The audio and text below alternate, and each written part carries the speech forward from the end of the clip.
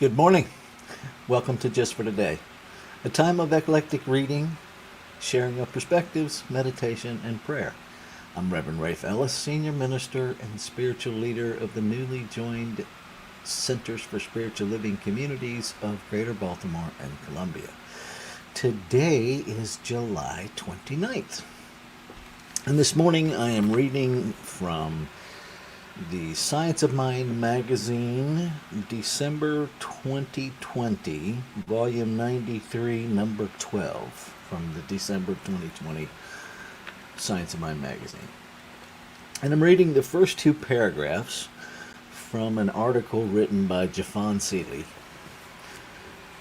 Where Truth Was Found. On the search for a greater understanding of this powerful concept, divine truth, I was challenged to walk through various worlds within myself. As I traveled this inner journey, I realized how many things I've believed to be true throughout this experience of life. Often, that which I believed to be true was passed down from society itself or by people who shared their perceived truth with us. Accepting another person's view of the world as the only truth without thinking on these concepts for yourself and challenging those ideas is a sure shot way to cease expanding and transforming the world we inhabit.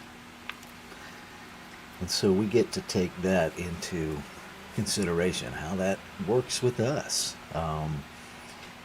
And I think Jafon makes a brilliant point that, you know, most, if not all, of what we believe until we actually begin to explore it and question it and challenge it was handed down generationally.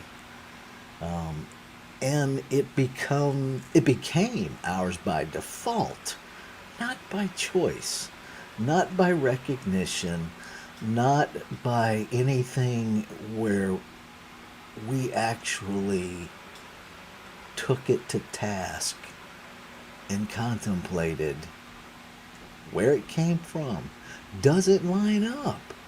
I remember one of the most powerful experiences I had in ministerial school was in class with one of the philosophy classes where what was taught to establish truth was it true in the past? Is it true now? Will it be true in the future? And if it meets all three of those, then we can pretty much count on it being true. And the example that was used is genetics. That, if my father is connected to his father genetically, and his father is connected to his son genetically, so the son is connected to the father genetically, then, that's in the past, that's now, and so the next child, son, daughter, undecided, will be connected genetically to the father. So we know that that genetic tree of connection is accurate and true biologically.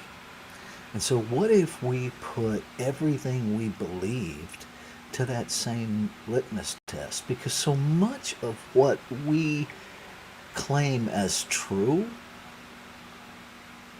changes, and the truth doesn't change.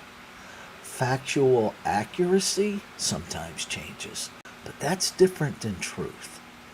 Science is constantly learning, and so factual accuracy changes as we learn more. And north is always north, right? 2 plus 2 is 4.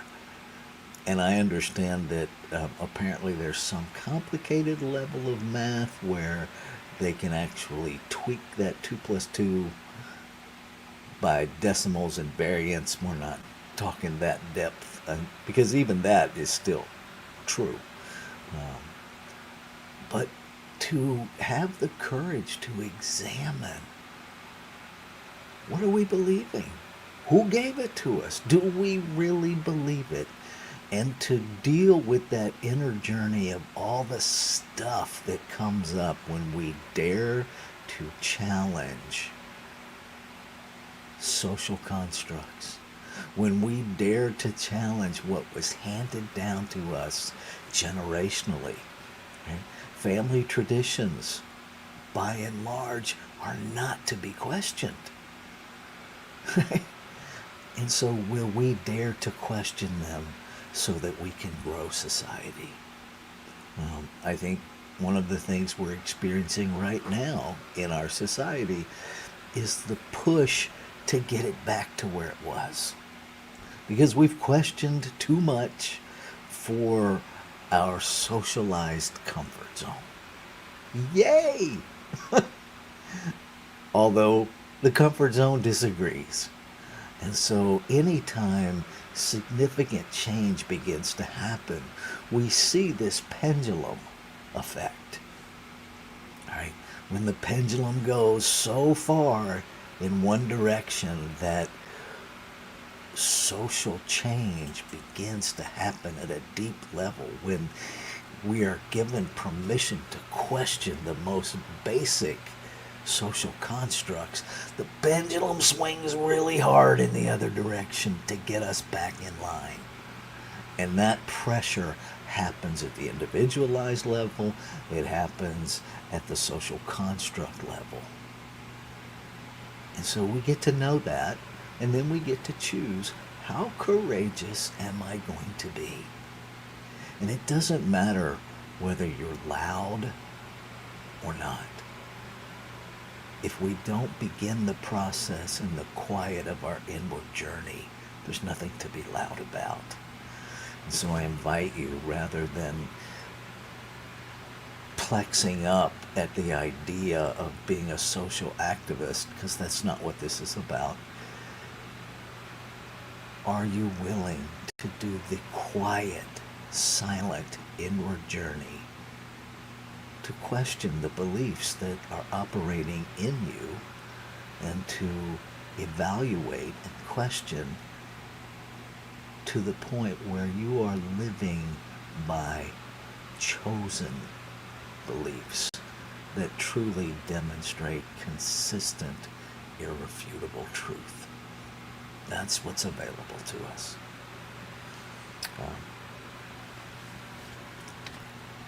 So I will pause here for just a moment. If you want to share your perspective, I would love to hear that.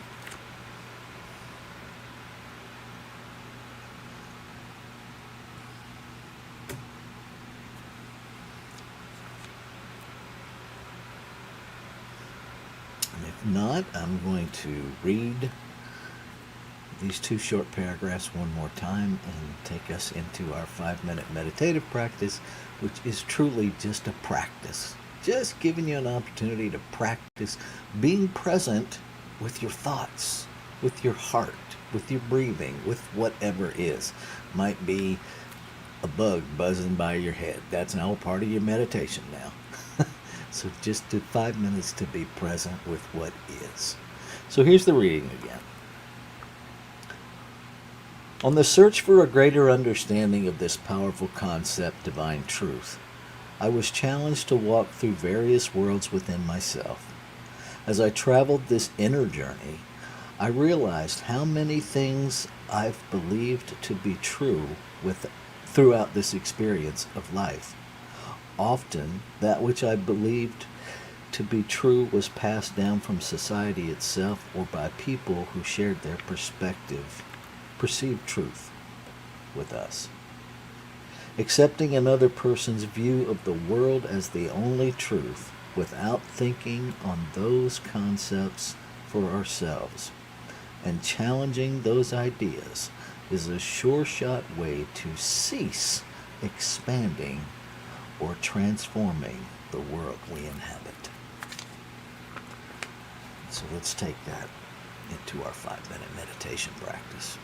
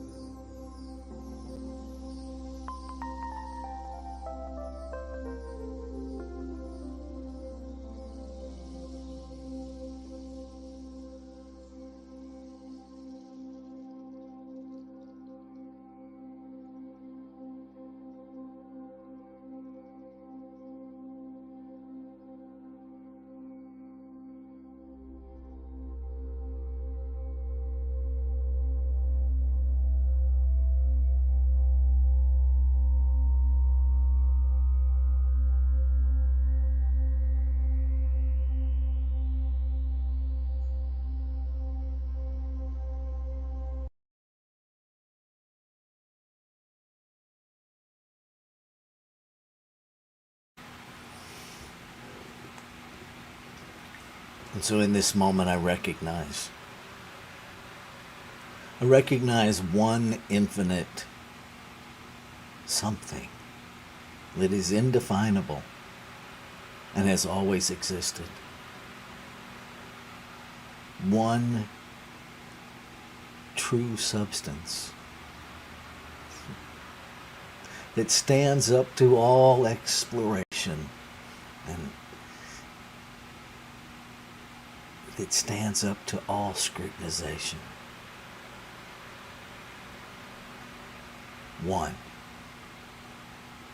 One self-existent substance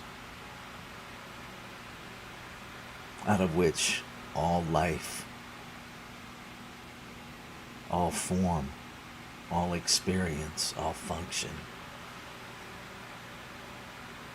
comes. It is the unformed expressing as formed. It is the unseen expressing in the seen. It is the substance that fills every form and surrounds every form. It is known by many, many names. In the scientific field, the quantum field, energy, light. In the religious realm, God, Buddha, Allah. In the spiritual realm, Great Spirit, the Great Mystery, the Divine. It is all of these things and so much more. And being here in form, I must be created out of it. So I must contain it. And what is true of me must be true of all creation. And in the inseparability of one, being made from the same substance, individualization does not equal separation. So I am one with all, and all is one with me, created out of the same substance. Each a desire in the heart, mind, or just a desire of this thing, this substance, to expand its experience and expression of itself. All life is that. And life itself can withstand the scrutiny. And so I speak my word, claiming and affirming that minds and hearts are open by curiosity and courage. A curiosity to explore what is categorized as truth, what is defended as truth, to explore and to identify and to experience a level of truth that requires no defense. For that deep inner connection that recognizes itself, the truth of itself, the expression of itself. That place within each and every expression of the infinite, call it instinct, call it divine discomfort, call it resonance, call it vibration, call it what you will. It is that place of knowing that recognizes itself, that feels misalignment and alignment, vibrational resonance, that all of life is awakening beyond our timetable of preference, beyond the fear-based thoughts that tell us it's too late. There is an awakening to the divine process of awakening to truth. There is a yielding of the individualized process, knowing that is where it begins and ends. And that as each individualized expression of the one lives into a greater experience of that courageous curiosity that the whole of humanity awakens and engages and heals, changing society as a whole to live in alignment with spiritual truth. And I'm grateful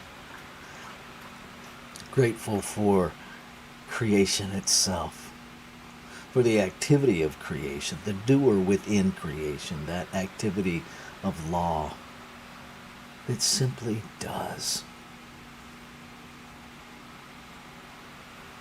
without judgment, does without second guessing, simply receives the desire of the infinite to express through whatever portal it is expressed and makes it so.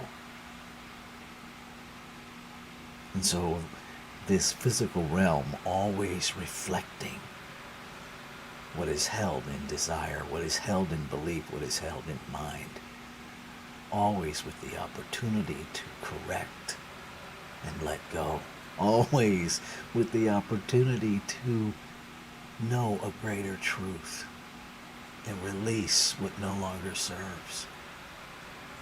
And so in that promise that comes in releasing, I release my word now. I release it from any thoughts that would impede its full expression. I release it from the idea that the human me is separate and needs to control anything. I release it from any fear-based thoughts that arise in this change process. I release all of that and free fall into the absolute expression, reflecting belief. I let go. I let it be. And so it is. Namaste.